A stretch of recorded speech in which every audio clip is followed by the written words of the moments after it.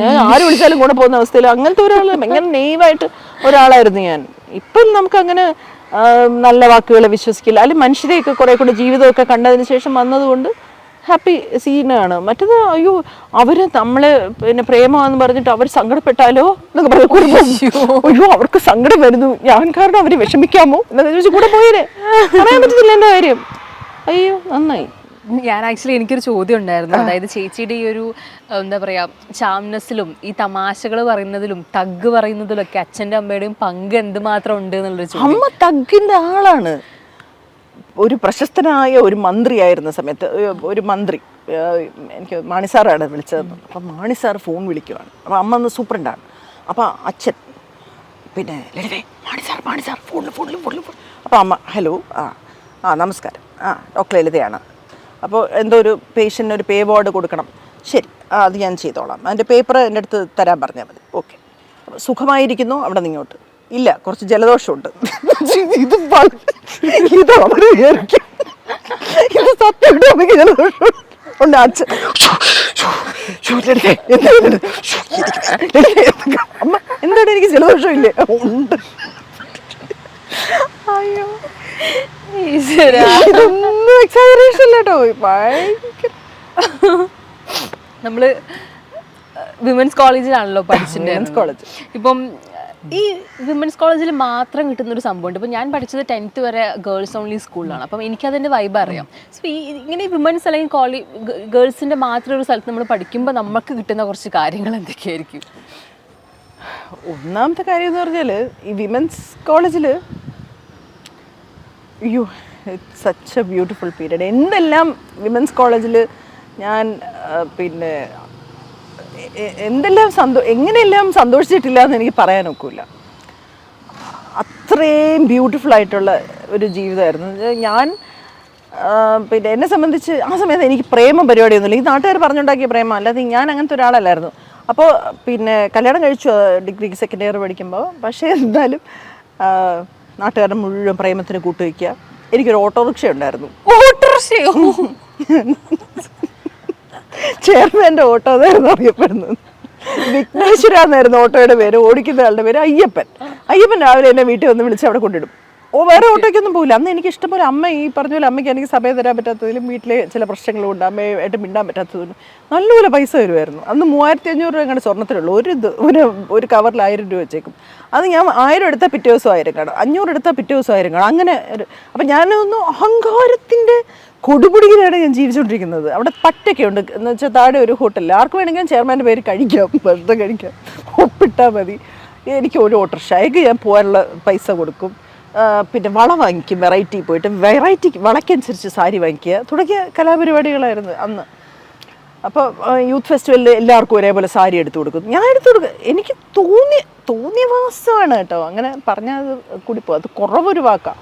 അമ്മാതിരിയായിരുന്നു ഞാൻ ജീവിക്കുന്നത്. അപ്പം ഞാൻ പറഞ്ഞ അതുകൊണ്ട് ഈ ക്യാമ്പസിൽ സകലമാന പ്രേമങ്ങളും എൻ്റെ അടുത്ത്. അപ്പം ചിലപ്പോൾ നമ്മുടെ അയ്യപ്പനുണ്ടല്ലോ, അയ്യപ്പൻ നമ്മുടെ ചേച്ചി അവരെയും കൊണ്ട് ഇനി പോകാൻ പറയരുത്, ആ കോച്ചിന് 2 പ്രേമമുണ്ട്, ഈ ഗേറ്റിലും പ്രേമമുണ്ട്, ആ ഗേറ്റിലും പ്രേമമുണ്ട്, അവളെയും കൊണ്ട് ഇനി ഞാൻ കറങ്ങാൻ കൊണ്ടുപോകില്ല. അപ്പോൾ ഇവരെന്ന് വെച്ചാൽ സെക്യൂർ ആയിരിക്കും, പെൺപിള്ളേരെ ശല്യം ചെയ്യില്ല. ഇപ്പം വല്ല കാണാനൊക്കെ ഉണ്ട്. അന്നൊന്നും ഇങ്ങനെ നിങ്ങളെപ്പോലെ ഇന്നത്തെ ഒരു ജനറേഷൻ ഇത് മനസ്സിലാവില്ല. ഇപ്പോൾ പോയിരുന്നു ചായ കുടിക്കാം, ഒരു കോഫിക്ക് പോകാം. അന്നൊന്നും അത് പറ്റില്ല. പ്രേമമൊക്കെ പിടിച്ചാൽ പിന്നെ തീർന്നു. വീട്ടിൽ പൂട്ടിയിട്ട് കല്യാണം കഴിപ്പിച്ചാൽ വിടുകയേ ഉള്ളൂ. പിന്നെ വരാൻ പറ്റത്തില്ല ക്യാമ്പസിലോട്ട്. അപ്പോൾ പിന്നെ കറങ്ങാനായിട്ട് ഒന്ന് കണ്ടോട്ടെ, എൻ്റെ ഫ്രണ്ട് വന്നിട്ടുണ്ട് എന്നൊക്കെ പറഞ്ഞു കഴിഞ്ഞാൽ ഞാൻ ഓക്കെ അരമണിക്കൂർ അനുവദിക്കും. അയ്യപ്പ പിള്ളേരെ കൊണ്ടുപോയി സംസാരിപ്പിച്ച് തിരിച്ചു കൊണ്ടുവരണം. അപ്പം അയ്യപ്പൻ കൊണ്ടുപോയി തിരിച്ചു കൊണ്ടുവരും. അല്ല അങ്ങനല്ല, അന്നത്തെ ഒരു വിവരമില്ലായ്മയും കൂടെ ഒക്കെയാണ്. അല്ല എനിക്ക് അറിഞ്ഞുകൂടാ. നമുക്കൊന്ന് സ്വപ്നം കാണാൻ പറ്റാത്ത ക്യാമ്പസ് ലൈഫ് ഉള്ള ക്യാമ്പസ് ലൈഫ് സത്യം കേട്ടോ. പക്ഷെ ഒരുപാട് കാര്യങ്ങളുണ്ട്. അതിപ്പോൾ ഇങ്ങനെ പറഞ്ഞു എഴുതും ഒരുപാട്. പക്ഷെ ഒരു രസകരമായ കാര്യം പറഞ്ഞുതരാം. എൻ്റെ കൂട്ടുകാരി റിബേക്ക എന്നാണ് അവളുടെ പേര്.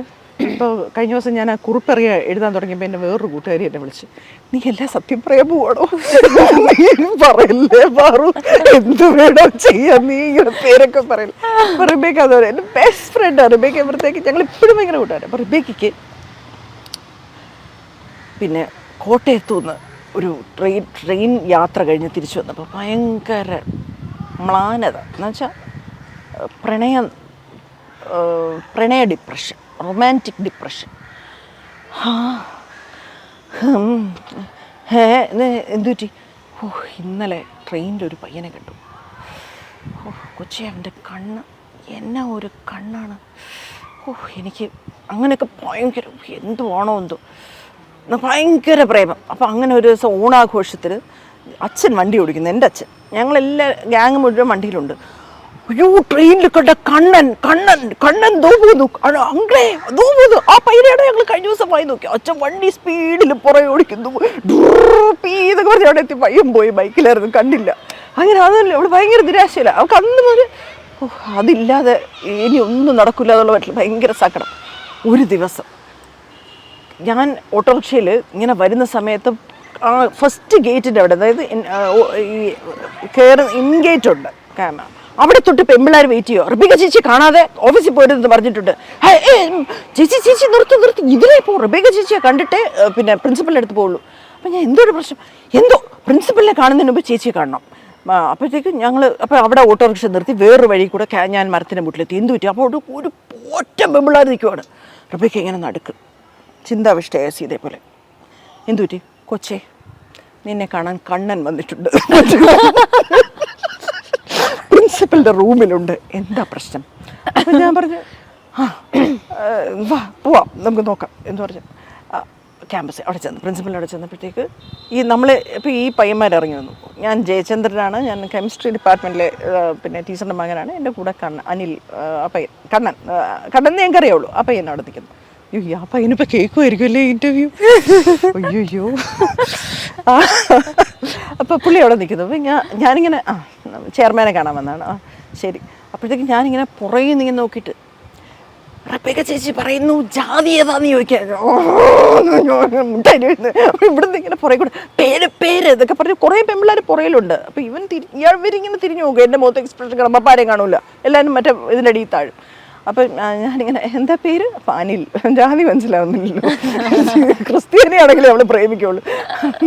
അനിലിനാണല്ലേ? ശരി. എന്താ പേര്? ജയചന്ദ്രൻ. അപ്പോൾ എന്താണ് വേണ്ടത്? നാളെ ഒരു 300 പേരെ ജിമ്മി ജോർജ് സ്റ്റേഡിയത്തിൽ താലപ്പൊലിക്ക് വേണമെന്ന്. അപ്പോൾ ഞാൻ പറഞ്ഞു ഞാൻ ഒരു 2 മിനിറ്റ് ഞാൻ ഇപ്പം പറയാം എന്ന് പറഞ്ഞിട്ട് അവരെ അകത്തോട്ട് വിട്ട് ഞാൻ 300 പേരെ നാളെ താലപ്പൊലിക്ക് വേണം. കൊടുക്കാം, ഒരു പ്രശ്നമില്ല, കൊടുക്കാം. ഞാൻ 300 പേരെയാ കൊടുക്കാം, ഒരു കുഴപ്പമില്ല, ഈ സമയത്ത് ഒരു പ്രശ്നമില്ല. അപ്പോൾ ഞാൻ പറഞ്ഞു ശരി. അപ്പോൾ ഞാൻ ചെന്ന് പറഞ്ഞാൽ ഓക്കെയാണ്, നമുക്ക് റെഡിയാക്കാം. അപ്പോഴത്തേക്ക് പേയ്മെൻറ്റ് നിങ്ങളുള്ളത് തന്നാൽ മതി, എങ്ങനെയെങ്കിലും ഇവൻ്റെ ജാതി അറിയണം എന്നുള്ളതാണ്. ഇവിടെ തിരിച്ച് ചെയ്ത് എന്നെ വെടിവെച്ചുമല്ലോ. അപ്പോൾ ഞാൻ ശരി എന്ന് പറഞ്ഞു. അങ്ങനെ 300 പെമ്പിള്ളേർ എല്ലാവരും. റബീക ഞാൻ തിരിച്ചു ചെല്ലുമ്പോഴത്തേക്ക് ലിസ്റ്റ് ഉണ്ടാക്കി കഴിഞ്ഞു. അവിടെ പ്രീ ഡിഗ്രി ഫസ്റ്റ് ഇയറിലെ പിള്ളേരെ വിളിക്കൂ, എന്നിട്ട് അവിടെ